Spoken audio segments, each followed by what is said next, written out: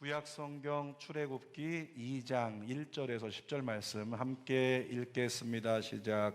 레위 가족 중 한 사람이 가서 레위 여자에게 장가들어 그 여자가 임신하여 아들을 낳으니 그가 잘생긴 것을 보고 석 달 동안 그를 숨겼으나 더 숨길 수 없게 되매 그를 위하여 갈대 상자를 가져다가 역청과 나무진을 칠하고 아기를 거기 담아 나일강가 갈대 사이에 두고 그의 누이가 어떻게 되는지를 알려고 멀리 있었더니 바로의 딸이 목욕하러 나일강으로 내려오고 시녀들은 나일강가를 거닐 때에 그가 갈대 사이의 상자를 보고 시녀를 보내어 가져다가 열고 그 아기를 보니 아기가 우는지라 그가 그를 불쌍히 여겨 이르되 이는 히브리 사람의 아기로다. 그의 누이가 바로의 딸에게 이르되 내가 가서 당신을 위하여 히브리 여인 중에서 유모를 불러다가 이 아기에게 젖을 먹이게 하리이까. 바로의 딸이 그에게 이르되 가라 하매 그 소녀가 가서 그 아기의 어머니를 불러오니 바로의 딸이 그에게 이르되 이 아기를 데려다가 나를 위하여 젖을 먹이라. 내가 그 싹을 주리라. 여인이 아기를 데려다가 젖을 먹이더니 그 아기가 자라매 바로의 딸에게로 데려가니 그가 그의 아들이 되니라. 그가 그의 이름을 모세라 하여 이르되 이는 내가 그를 물에서 건져내었음이라 하였더라. 아멘. 오늘은 출애굽기 2장 1절에서 10절까지 말씀을 가지고 큰 길을 만드시는 주, 큰 기적을 행하시는 주, 같이 읽어볼까요? 큰 길을 만드시는 주, 큰 기적을 행하시는 주, 여러분의 하나님이십니다. 이런 제목으로 말씀을 나눌 텐데 여러분에게 묻겠습니다. 하나님이 여러분의 삶에 역사하고 계심을 믿으시나요? 진짜 믿으세요? 어떤 사람은 이렇게 얘기합니다. 근데 그 하나님이 보여지냐고, 그 하나님이 확인되냐고, 그 하나님이 눈에 보이냐고. 저는 교회에서 아멘 했어요. 하나님이 나의 삶에 역사하신다고 믿었습니다. 근데 제 삶에 안 보여요. 제 삶 속에서 우리 자녀들의 인생에 안 보입니다. 우리 환경 가운데 안 보입니다. 하나님 살아계시다는데, 역사하신다는데 도무지 안 보여요. 여러분, 이렇게 말씀하시는 분도 있다는 거죠. 근데 성경에 기록된 인물 중에 가장 큰 고난을 겪었던 인물, 욥이라는 사람도요 비슷한 고백을 했습니다. 욥기 9장 11절 읽어볼게요. 그가 내 앞으로 지나시나 내가 보지 못하며 그가 내 앞에서 움직이시나 내가 깨닫지 못하느니라. 무슨 얘기예요? 하나님이 내 앞에 계신다고 하는데 나 그거 믿는다고 믿음의 고백을 하지만 주님을 볼 수가 없대요. 깨달을 수가 없대요. 진짜 계신 건가? 계시다고 하는데 그냥 어떤 바람 소리라도 들렸으면 좋겠는데 모르겠는 거죠. 그러나 말씀이니까 믿을 뿐. 욥이 그러면서 고난을 견뎌요. 근데 욥이 9장에서도 그랬는데 욥기가 지나가서 23장 넘어가면 거기서도 똑같은 고백을 합니다. 욥기 23장 8절 9절. 그런데 내가 앞으로 가도 그가 아니 계시고 뒤로 가도 보이지 아니하며 그가 왼쪽에서 일하시나 내가 만날 수 없고 그가 오른쪽으로 돌이키시나 배울 수 없구나. 9장에서도 하나님의 실존이 느껴지지 않아서 답답했죠. 근데 23장까지 가서도 여전히 똑같아요. 달라진 게 없어.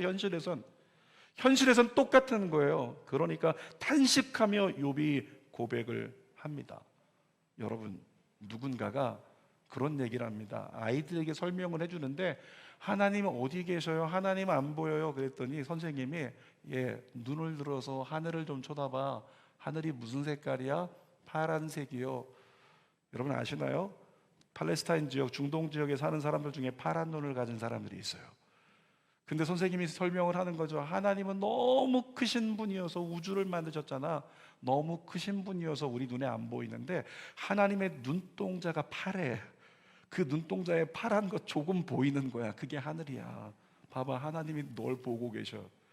이미 동심을 잃은 세대는 이게 뭐 하는 건가.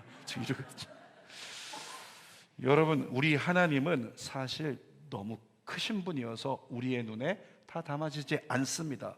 항상 우리의 곁에 계시지만 우리는 그분이 계신지도 솔직하게 깨닫지 못해요. 그냥 믿음으로 성경에 있으니까 아멘 하는 것 뿐이지. 근데 시편 기자가 얘기합니다. 시편 121편 4절 8절까지요. 이스라엘을 지키시는 이는 졸지도 아니하시고 주무시지도 아니하시리로다. 여호와는 너를 지키시는 이시라. 여호와께서 내 오른쪽에서 내 그늘이 되시나니 낮의 해가 너를 상하게 하지 아니하며 밤의 달도 너를 해치지 아니하리로다. 여호와께서 너를 지켜 모든 환난을 면하게 하시며 또 내 영혼을 지키시리로다. 여호와께서 너의 출입을 지금부터 영원까지 지키시리로다. 뭐라고 써 있는 겁니까? 하나님이 졸지도 않고 주무시지도 않고 여러분을 보고 계신대요. 근데 우리는 그 하나님이 보이지 않지만, 확인되지 않지만 하나님께서 늘 우리와 동행하신다는 거예요. 곁에 계신다는 거죠. 그 하나님이 아신다는 겁니다. 그리고 여러분을 도우신대요. 아멘입니까?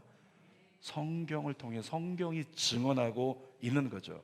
자, 오늘 세 가지를 나눌 텐데 첫 번째로는 함께 읽어봅시다. 시작. 하나님은 나를 잊은 적이 없으시다. 다시 한번요. 하나님은 나를 잊은 적이 없으시다. 하나님은 이스라엘 백성들을 세우시고 나서 아브라함을 통해 세우셨죠. 그리고 잊은 적이 한 번도 없으세요. 하나님의 인도하심을 따라서 아브라함은 자기 본토 친척 아비집을 떠나서 하란으로 갔고요. 하란으로 갔다가 가나안 땅으로 내려왔습니다. 그 땅에 정착했어요. 근데 거기서 뭘 만나요? 기근을 만나요. 흉년을 만난 겁니다. 흉년을 만나서 힘들고 어려워했겠죠. 여러분, 인간은 오늘 내가 흉년을 만났다, 여기에 집중해요. 우리들은 오늘 내가 흉년을 만났다, 여기에 집중한다는 거죠. 그런데 하나님은 흉년을 통해 새로운 길로 인도하리라, 여기에 집중하시는 분이 우리 하나님이세요. 삶을 살아가다가 모든 것이 내 뜻대로 안 되고 무너져 버릴 때가 있습니다.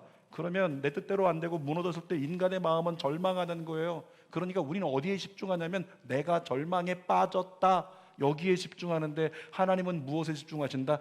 그 절망의 끝에서 새로운 시작을 내가 이루리라. 내가 이루리. 네, 이루리 집사님, 네, 이루리라. 이름 참 잘 지셨어요, 권사님. 하나님께서 약속하시는 거죠. 너는 그 절망에 빠졌다에 집중하느라 오늘 울고 있지만 그 절망의 끝자락에서 내가 새로운 시작을 너에게 열리라. 나는 너를 잊은 적이 없어. 이것이 하나님의 마음이라는 거죠. 2011년도 저희 주는교회가 2012년도 6월 달에 세워졌거든요. 2011년도 9월 달에 제게 건강에 이상 징후가 나타났습니다. 저는 큰 병에 걸린 줄 알았어요.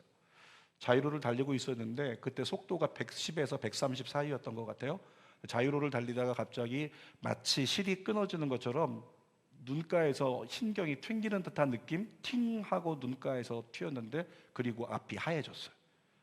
지금 차는 110에서 130km로 달리고 있는데 순간적으로 이러다 죽을 수도 있겠다라는 생각이 들었어요. 잠시였지만 다시 괜찮아져서 앞이 보였는데, 제가 그 당시에 신방을 나갔다가 오후 3시쯤 넘어서 이렇게 들어오면 의자에 걸터가지고 어쩔 줄 몰라서 힘들어하는 거예요. 주변에 있는 교육자들이 뭔가 좀 이상해, 얼굴이 너무 하얘, 너무 힘들어 보여, 식은땀이 나잖아, 너무 뭔가 아픈 것 같아, 병원 가봐, 이렇게 얘기를 하는 거죠. 여러분, 그때 그 당시에 저는 정말 큰 병에 걸린 줄 알았고, 그래서 죽음을 생각하기도 했던, 앞으로를 어떻게 걱정하기도 했던 시간들이 있었다는 거예요. 제게 다가온 건 오늘이라고 하는 상황에 집중하며 나 절망을 만난 건가, 이렇게 생각을 했다는 거죠. 근데 하나님은 그 순간에 안락한 대형교회를 떠나서 그 과정을 통해서 주는 교회를 세우고자 하는 새로운 시작의 문을 열고 계셨던 거예요. 우리 하나님이 바로 그런 분이시라는 거죠. 저희와 함께 사역했던 임두영 목사님, 갑자기 대상포진에 걸렸어요. 근데 주는교회 성도들 중에도 대상포진에 걸렸던 사람들이 있단 말이에요. 근데 그분들보다 5배 이상 더 심하게 걸렸대요. 그러니까 병원에서 이야기하기를 어떻게 이렇게 아플 텐데 참았느냐, 본인의 증언을 들어보니까 이렇더라고요. 잠을 자려고 누웠는데 온몸을 바늘로 찌르는 것 같아서 도저히 잠들 수가 없어서 괴롭고 고통스러운, 그러니까 멘탈이 나가버리는 거예요. 성경 말씀 읽고 뭐 기도하고 이런 거 될 수 있는 상황이 아니고. 근데 병원에 가서 검사를 해보니까 거기서 고혈압도 나왔어요, 당뇨병도 나왔어요. 그러니까 사역에 복귀한다는 생각은 전혀 할 수 없이 결국 사역을 내려놓고 치료와 회복에 집중을 했단 말이죠. 여러분, 주의 종의 마음에 이런 마음 있지 않았을까요? 하나님, 도대체 뭐 하시는 거냐고. 제가 이렇게까지 아픈데 도대체 뭐 하시는 거냐고. 제 멘탈이 주의 종인데 나가야 될 만큼 이런 상황 가운데 있어야 되겠습니까? 하나님, 부르지 않았을까요? 저는 믿습니다. 지금의 과정이 측량할 수 없는 하나님의 계획하심이 드러나는 때를 반드시 만나게 될 것이다. 그래서 그 소식을 우리가 듣는 날에 하나님은 이런 분이시구나 깨닫게 될 거라고. 여러분, 주는교회 성도들의 삶을 보아도 어떤 가정을 보니까 이제 더 이상은 밑으로 내려갈 수 없겠구나, 끝났겠다, 절망이겠다, 이렇게 생각되는 가정들이 있어요. 그런데 그런 가정들이 눈물로서 토로하며 하나님은 우리를 버리신 건가요? 우리 너무 힘듭니다라고 고백했던 많은 가정들이 있었지만 어떻게 됐을까요? 시간이 지나면서 하나님은 그 가정의 절망의 끝자락에서 새로운 구원과 새로운 시작을 이루고 계셨단 말이죠. 나중에 시간이 다 지나고 나면 뭐라고 고백해요? 자, 7년 전에 어떤 분이 그렇게 힘들었던 그때 절망했었는데 라고 고백을 해요. 그런데 그 절망의 끝자락에서 이제 시간이 지나서 결국에는 하나님의 새로운 은총의 역사가 임한 것을 삶으로 경험할 때 그분이 얘기하는 거죠. 하나님은 제 삶에 역사하고 계셨습니다. 사랑하는 여러분, 여러분의 삶 가운데 그런 믿음의 진짜 고백이 나오기를 원해요. 하나님은 제 삶에 역사하고 계셨습니다. 여러분, 그것이 깨달아지면 우리 마음속에, 심령 속에 싹 트는 게 있어요. 그게 뭐냐면 신앙이에요. 그때 싹 트는 게 신앙이에요. 신앙이 뭐죠? 무슨 신? 믿을 신. 무슨 앙? 우러를 앙. 신앙 있는 사람은 누구냐면, 문제 생겼어요? 문제가 다가오면 우리 뭐라고 하죠? 문제 있어? 뭐 한다고요? 기도해. 문제 있을 때 기도하는 것으로 프로세서를 가져가는 사람 누군지 아세요? 신앙 있는 사람. 근데 문제가, 질병의 문제, 재정의 문제가 다가오면 그럴 수 있다고 하지만 사람과의 문제, 상황의 문제, 갈등의 문제, 여러 가지 번민과 말도 안 되는 배신을 당하고 사기를 당하고 가진 걸 다 잃어버리고 갑작스럽게 불이 나가지고 우리 집이 다 전소돼 버리는 이런 상황에도 눈을 주님께 돌릴 수 있겠냐고요. 신앙인은 그때 눈을 주님께, 내가 앙망하는 분께 눈을 돌릴 수 있는 자, 그것이 바로 진짜 신앙인이라고요. 여러분, 하나님이 여러분의 삶에 역사하고 계심을 깨닫는 은혜가, 경험하는 은혜가 있기를 주님의 이름으로 축원합니다. 그걸 깨닫고 나면 그때 고백이 나오는 거예요. 주님은 날 잊은 적이 한 번도 없으셔. 이 고백이 그냥 일상적인 상투적인 고백이 아니라 진짜 가슴 울리는 고백이 돼가지고, 그래서 주님을 찬양하지 않을 수 없는 그 은혜가 여러분에게 임하기를 주님의 이름으로 축원합니다. 하나님은 여러분을 잊은 적이 없습니다. 자, 두 번째가 아니고, 가나안 땅에서 흉년을 만난 이스라엘은요, 상상치도 못한 은혜로 애굽으로 이주하게 됐습니다. 여러분에게 물어볼게요. 애굽으로 이스라엘 백성들이 이렇게 이사 갈 때 도움을 주었던 사람의 이름을 아십니까? 사람의 이름이 누구죠? 네, 우리 일부 찬양 인도하시는 김영아 집사님의 아들 누구죠? 요셉이. 형들이 요셉이를 어떻게 했어요? 애굽에 팔아넘겼어요. 아버지가 너무 사랑하니까 보기 싫어. 시기가 들어서 너는 좀 우리 집안에서 사라졌으면 좋겠어. 이런 마음으로 요셉이를 애굽의 노예로 팔았단 말이죠. 근데 나중에 13년 지나가지고 흉년을 만나서 다 가족이 몰살하게 생긴 거예요. 그래가지고 애굽 쫓아가서 도움 좀 얻으려고 갔는데 거기 누가 있었다? 요셉이가 있는 거예요. 그리고 누구를 통해서 도움을 얻었다? 요셉이를 통해서 도움을 얻은 거죠. 우리 주는교회도 요셉이가 있는데 무시하면 안 될 것 같아요. 우리를 다 살릴 수도 있어. 여러분, 그 요셉이가 형들에게 하는 말 좀 들어보세요. 창세기 45장 7절에서 8절 시작. 하나님이 큰 구원으로 당신들의 생명을 보존하고 당신들의 후손을 세상에 두시려고 나를 당신보다 먼저 보내셨나니. 그 앞절 다시 한번 보여주실래요? 제가 단어를 잘라볼게요. 주어가 나오네요. 하나님이 이렇게 얘기해요. 그 다음 넘겨보겠습니다. 하나님이 그 다음에 나를 먼저 보내셨습니다. 여러분, 요셉을 애굽의 노예로 팔아넘긴, 애굽에 갈 수밖에 없게 만든 게 누가 한 거예요? 형들이 했잖아요. 형들이. 이거 죽일 놈들, 그 원수 같은 이거 형들, 나중에 만나면 목을 다 베버릴 거야. 이런 형들, 원수 같은 형들이잖아요. 근데 원수 같은 형들인데 요셉은 뭐라고 얘기하냐면, 나중에 하나님의 은혜를 깨달은 거예요. 하나님의 실존을 깨달은 거예요. 하나님의 날 잊은 적이 없었구나, 13년 동안. 내가 노예로 있을 때, 감옥에 있을 때 잊은 적이 없었구나. 결국에 형들이 나를 버릴 때도 그때도 하나님은 날 보고 계셨구나. 그래서 요셉이 하나님의 실존을 깨달으니까 고백한 겁니다. 하나님이 나를 먼저 보내셨다. 액면은, 표면적으로는 형들이 공격해서 형들 때문에 간 건데, 아니, 그 이면에 하나님이었어. 하나님이 나를 먼저 보내셨나니. 아멘. 여러분의 인생의 주어가 바뀌길 축복합니다. 8절도 읽어볼게요. 시작. 그런즉 나를 이리로 보내니는 당신들이 아니요 하나님이시라. 여러분, 보라 지금이 은혜 받을 만한 때요, 이런 말이 있죠. 언제가 은혜 받을 만한 때인 줄 아십니까? 내 삶의 주어가 하나님으로 바뀌는 순간. 그래서 모든 것이 하나님, 하나님, 하나님부터 찾아야 돼요. 문제 있어. 하나님, 하나님, 하나님이 찾아지면 그때가 은혜의 때인 줄 믿습니다. 누구 때문에 상처받으셨습니까? 하나님을 부르세요. 하나님이 상처를 통해 나를 단련하셨다. 이 고백이 나와야 신앙인이에요. 누군가 나를 공격해서 힘들었습니까? 그 순간에 주어가 누구라고요? 하나님. 하나님이 그를 통해 나를 훈련하셨다. 이 고백이 나와야 한다는 거죠. 여러분에게 그런 은혜가 있기를 축복합니다. 잘 기억하세요. 따라하세요. 하나님을 찾으면 상처가 회복된다. 아멘. 하나님을 찾는 순간에 상처가 회복되는 거예요. 애굽에서 큰 복을 받아서, 축복을 받아서 번성한 이스라엘 민족이 보니까 70명이 들어왔는데 출애굽하기 직전에 몇 명쯤 됐는지 아시죠? 200만에서 300만. 그렇게 인구가 많아졌죠. 몇 배쯤 됐어요? 4만 배로 번성했어요. 나중에 애굽의 왕이 바뀌었죠. 요셉을 알지 못하는 왕이래요. 근데 이 왕이 어떡합니까? 요셉을 알지 못하는데 이스라엘이 너무 커지니까 시기하죠. 뿐만 아니라 이스라엘을 경계하고 핍박하기 시작합니다. 산파들을 부릅니다. 이스라엘 씨를 말려야겠다. 산파들에게 아이를 낳는데 남자아이를 낳으면 나일강에 다 던져버려. 그렇게 이야기를 했단 말이죠. 살인명령을 내렸어요. 그러니까 역사상으로 가장 큰 위협과 슬픔을 만났던 이스라엘이었습니다. 자, 모든 가정들 보세요. 가정들에서 아기를 낳으려고 그러면 지금이야 뭐 이제 몇 개월 되면 어떻게 돼요? 선별이 되잖아요. 딸이 돼요, 아들이 돼요. 그래서 먼저 낳기도 전에 3개월 전부터 옷 다 사놓고 빨간 거 파란 거 구분해가지고 다 사놓잖아요. 지금은. 근데 그 당시엔 모르죠. 낳는 순간까지 마지막에 아이 낳으려고 엄마가 힘을 줘요. 온 힘을 다해서 아이를 낳으려고 하는데 그 순간에 그 산모 얼마나 두려울까.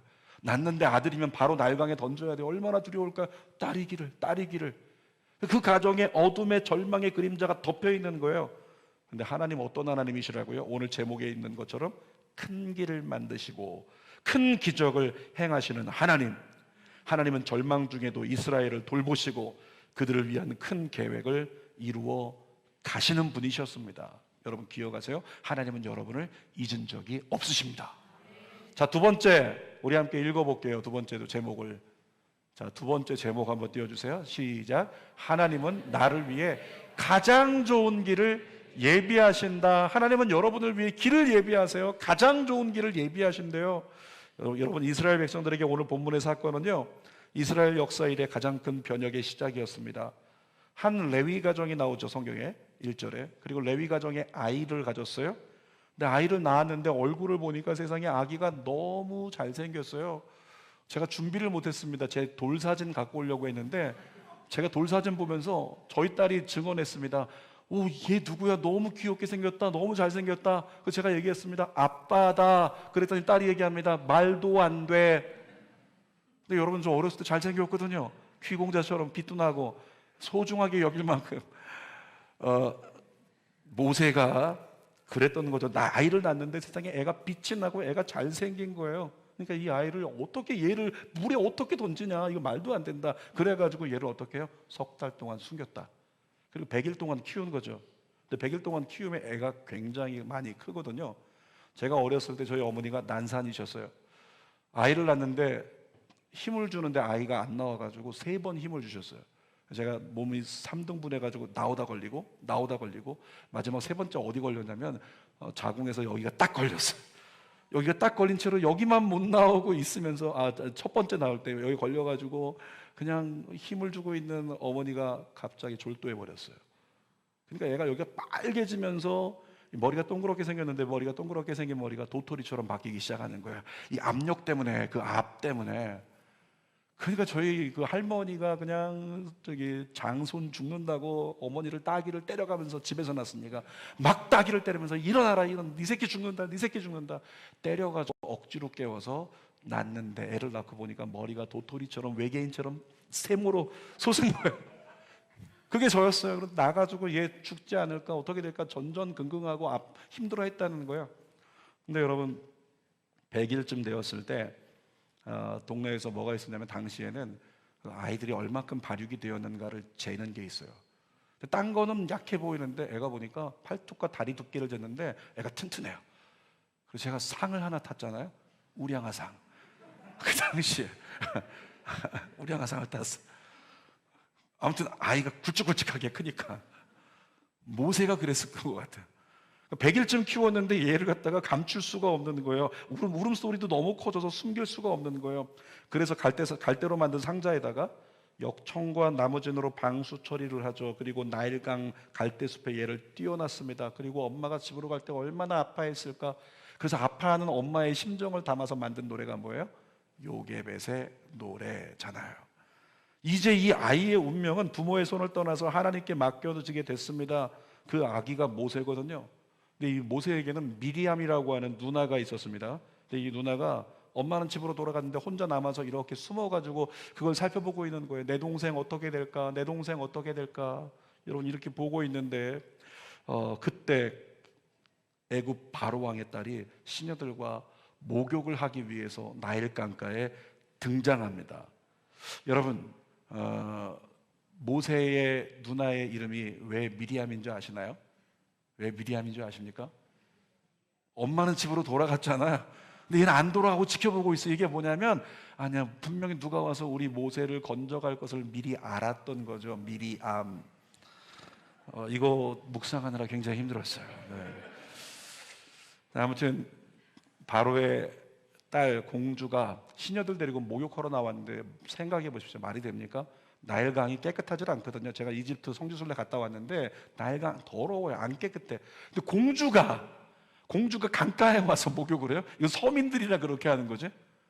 왜 이 공주가 왕궁에서 시녀들이 물 떠는 거, 깨끗한 거, 온갖 좋은 거, 향신료 다 넣는 거, 거기서 목욕하면 되지. 굳이 나일강가까지 성경에 써 있죠. 목욕하러 왔다고. 그럴 필요가 있었을까요? 여러분, 누가 하셨을까요? 누가 개입하고 있을까요? 하나님이요. 하나님이 굳이 그렇게 할 수 있는 마음을 그에게 주시고 연출하셔서 예비하고 계셨구나를 깨달을 수 있는 대목이죠. 아무튼 나일 강가에 나왔던 바로 왕의 딸과 시녀들이 갈대의 상자에 담긴 모세를 발견했습니다. 상자를 보니까 아기가 담겨 있는데 히브리 아이인 거예요. 이들이 알고 있죠. 바로 왕이 명령한 거, 히브리 아이는, 남자 아이는 모두 다 나일강에 던져서 죽여라. 근데 여기 나일강이잖아요. 어떻게 해야 돼요? 시녀들이 당장에 꺼내가지고 던져버려야죠. 그런데 그 순간에 6절에 나오는데 이 바로 왕의 딸 공주의 마음이 어떻게 됐어요? 불쌍히 여기는 마음이 생겼어요. 그 마음을 누가 주셨을까요? 하나님이 주셨다고 믿습니다. 왜? 애굽에 얼마나 많은 아기들이 있겠어요. 그런데 굳이 히브리 아기를, 아버지의 명을 거역하면서, 그럴 필요가 없었는데 너무 불쌍해서 견딜 수가 없는 마음, 그래서 그 아이를 내가 키우기로 결정하고 데려가기로 한 거죠. 그때 미리암이 어떻게 돼요? 미리 알고 있던 미리암이 일어나가지고 달려나오죠. 그래서 뛰어갑니다. 그러면서 얘기하는 거죠. 제가 히브리 여인 중에 유모를 소개해 드릴까요? 그랬더니 모세의 어머니 요게벳을 모세를 키울 수 있는 유모로 불러오게 되는 역사가 일어나요.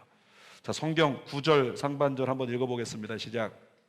바로의 딸이 그에게 이르되 이 아이를 데려다가 나를 위하여 젖을 먹이라. 내가 그 싹을 주리라. 여러분, 모세 참 대단한 아이입니다. 지금 3개월 됐죠. 100일 됐어요. 100일 됐는데 어떻게 됐어요? 이 모세를 갖다가 내놓았더니 모세가 나가서 뭘 가져온 거예요? 알바를 가져온 거예요. 나가서 내놨더니 얘가 엄마 손에 안겨서 집으로 돌아오는데 무엇을 가지고 돌아왔어요? 집에서 야, 잘 길러주면 돈벌이가 되는 거죠. 그러니까 100일 때부터 성경에 돈벌이 와서 가정에 경제에 도움을 준 모세. 여러분, 가정에 아이를 낳는 가정 중에서 혹시 우리 가정에 경제적인 도움이 필요하다 그러면 그 아이의 이름을 모세라고 지십시오. 결국에 모세는 엄마의 품에 안겨서 집으로 돌아왔습니다. 잘 보세요. 모세가 집으로 나갈 때와 돌아올 때의 차이가 큽니다. 나갈 때는 누구로 나갔어요? 히브리 아들 곧 사형수의 운명으로 나갔단 말이에요. 근데 돌아올 땐 누구로 돌아왔어요? 애굽의 왕자. 애굽의 왕자의 신분을 가지고 돌아왔어요. 비록 히브리 가정에 있는 히브리 아들이지만은 그때부터 이 모세를 어느 누구도 건드릴 수 없었어요. 왜? 애굽의 왕자 신분이기 때문에 어느 누구도 손댈 수 없도록 보호하시는 하나님의 예비하심이 있었다는 거죠. 그렇게 예비하신 하나님의 손길 속에서 모세는 무럭무럭 자랐고, 충분히 자랐을 때 애굽 왕자의 신분으로 왕궁에 들어가서 이스라엘의 구원을 준비하게 되었다는 겁니다. 사랑하는 여러분, 하나님은 이스라엘을 위해 하신 것처럼 저와 여러분을 위해서도요, 가장 좋은 길을 예비하여 주십니다. 자, 세 번째, 오늘 우리에게 주시는 말씀이 있습니다. 하나님의 위대하심 앞에 겸손하라. 하나님은 모세의 삶에 개입하셨습니다. 모세를 통해 큰 구원을 연출하고 계셨습니다. 이 하나님의 위대하심, 상상할 수 없는 말도 안 되는 하나님의 방법, 하나님의 역사, 이 위대하심 앞에서 인간 뭐 하자? 나를 잊은 적이 없고 나를 위해 가장 좋은 것을 예비하시는 하나님이라면 그 앞에 우리는 겸손히 엎드리는 게 마땅하잖아요. 여러분, 작은 아기였던 모세를 구원하신 하나님은 모세를 통해서 이스라엘 민족을 애굽으로부터 구원하셨습니다. 그리고 광야를 통과하게 하셨습니다. 번성한 땅 가나안을 다시 되찾는 승리의 길을 그 아기였던 별일 없는, 그냥 죽어도 아무 문제 없는 그 아기를 통해 이루게 하셨다는 거죠. 여러분 주변에 갈대 상자에 버려진 아기 모세처럼 별 볼 일 없는 사람들이 있을지 몰라요. 집에 우리 아이 기대가 안 된다, 별 볼 일 없어. 우리 주변에 있는 사람들 별 볼 일 없다.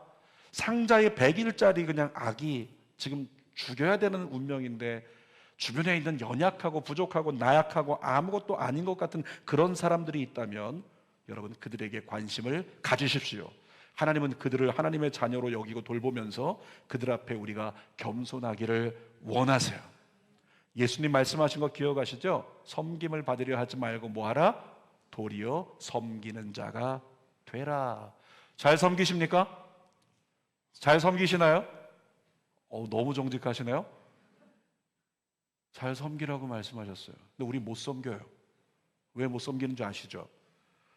스스로 내가 더 낫다고 여기기 때문에 못 섬기는 거예요. 그것이 바로 교만입니다. 잠언 3장 7절 읽어볼까요? 스스로 지혜롭게 여기지 말지어다 여호와를 경외하며 악을 떠날지어다. 여러분, 우리 마음 가운데 내가 스스로 나 자신을 생각할 때 난 지혜로워 이렇게 여기는 마음이 있으면 그게 교만이라고요. 여러분, 하나님 앞에 교만은 패망이 됩니다. 교만하지 말고 겸손한 예배자가 되십시오. 여러분, 마음이 겸손하면요, 이 심리학적인 건데, 마음이 겸손하면 태도가 겸손해진다는 거예요. 근데 마음이 교만하면 어떻게 되는지 아십니까? 태도가 무례해져요. 여러분의 삶의 태도를 여러분 스스로가 점검하세요. 그러면 여러분이 겸손한 사람인지 교만한 사람인지 드러낸다는 것을 깨닫고 하나님 앞에 몸을 낮추어 겸손한 예배자가 되시기를 축복합니다. 자, 그런데 하나님의 위대하심 앞에 우리 겸손해야 되는데, 하나님이 말씀하시기를요, 누가 가장 겸손한 사람인가를 보여주세요. 잠언 3장 6절 읽어보겠습니다. 시작. 너는 범사에 그를 인정하라. 그리하면 내 길을 지도하시리라. 범사에 하나님을 인정하는 삶을 살면요, 그 사람은 하나님이 길을 지도해 주시고 그 사람이 겸손한 사람이래요. 현대인의 성경으로 좀 디테일하게 읽어볼게요. 시작. 너는 모든 일에 여호와를 인정하라. 그러면 그가 너에게 바른 길을 보여줄 것이다. 여러분, 우리가 어떤 길 가기를 원해요? 주님이 원하시는 길 가기를 원하잖아요. 바른 길 가기를 원하잖아요. 그른 길을 가면 안 되잖아요. 근데 바른 길 언제 갈 수 있다고요? 여호와 하나님을 모든 일에 인정하면. 어떻게 인정할 거예요? 어떻게 하는 게 인정하는 걸까? 근데 공동 번역 성경을 보면 정확히 우리의 삶에 적용하게 나와 있습니다. 공동 번역 성경으로 읽어볼게요. 시작. 무슨 일을 하든지 여호와께 여쭈어라. 한 번 더. 무슨 일을 하든지 여호와께 여쭈어라. 한 번 더. 무슨 일을 하든지 여호와께 여쭈어라. 그러면 하나님이 바른 길을 여러분에게 보이신다는 거예요.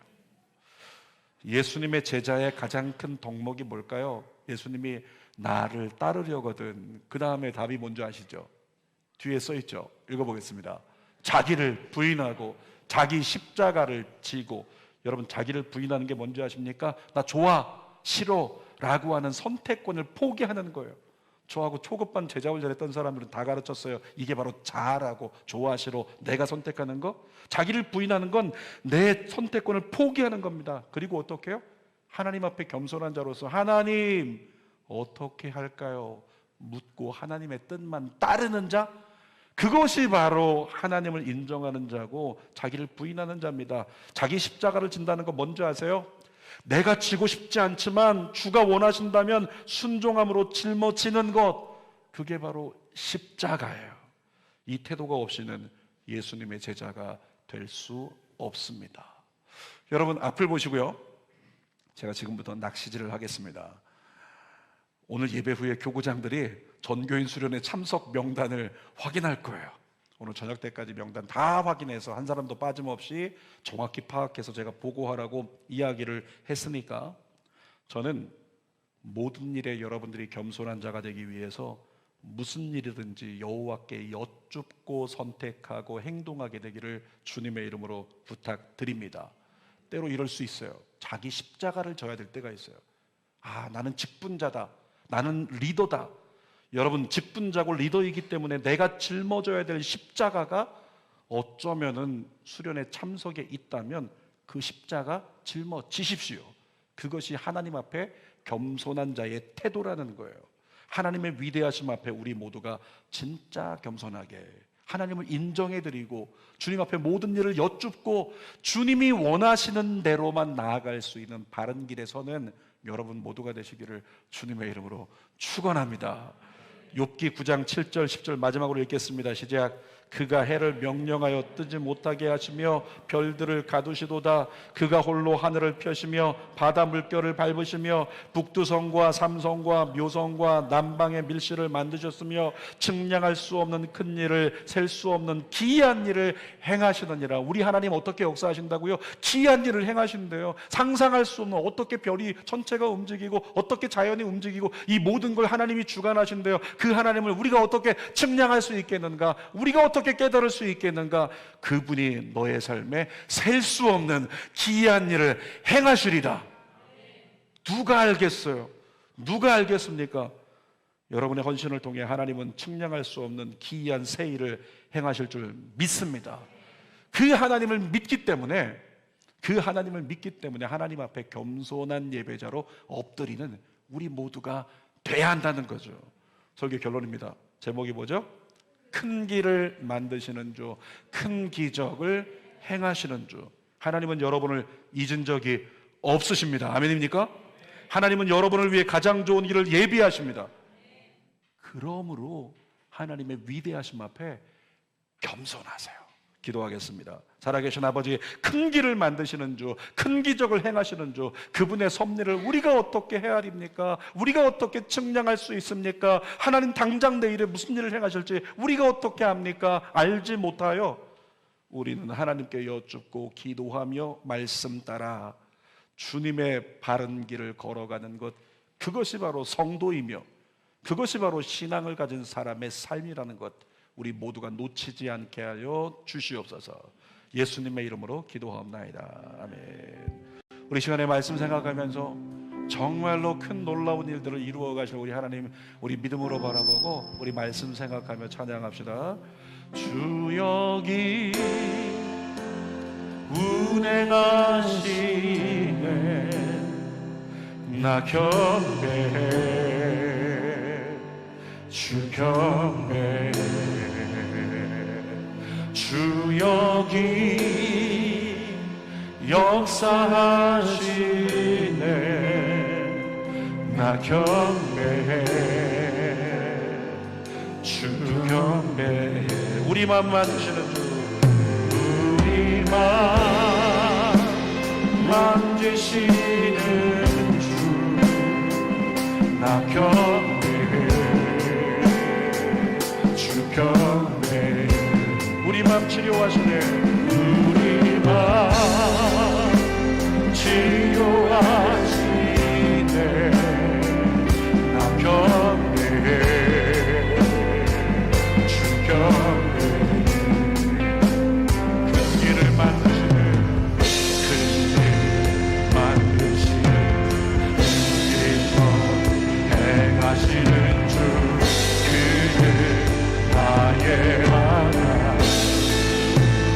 약속을 지키시는 하나님 믿음으로 약속을 지키시는 주 어느 소인지 되시는 그는 나의 하나님 우리 삶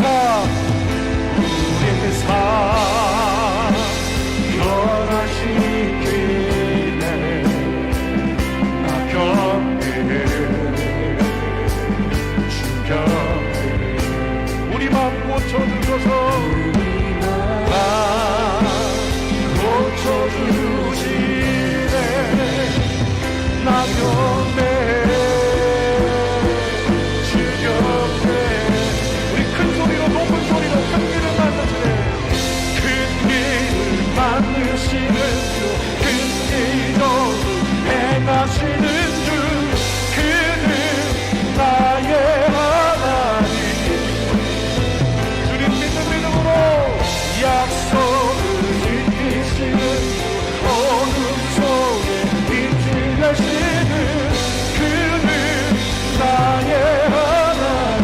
한 번 더 고백합시다. 큰 길을 만드시는 만드시는 근기도를 행하시는 주 그는 나의 하나님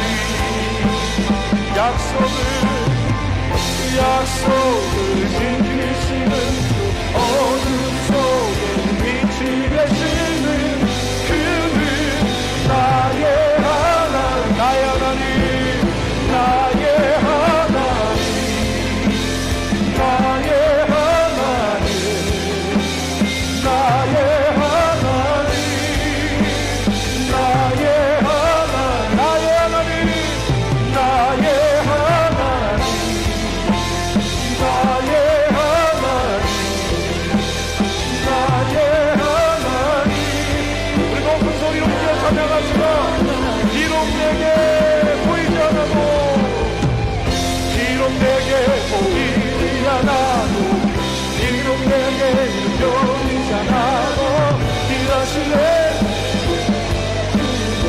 주는 결코 멈추지 않네 비록 내게 보이지 않아도 비록 내게 보이지 않아도 일하시네 아멘 주는 결코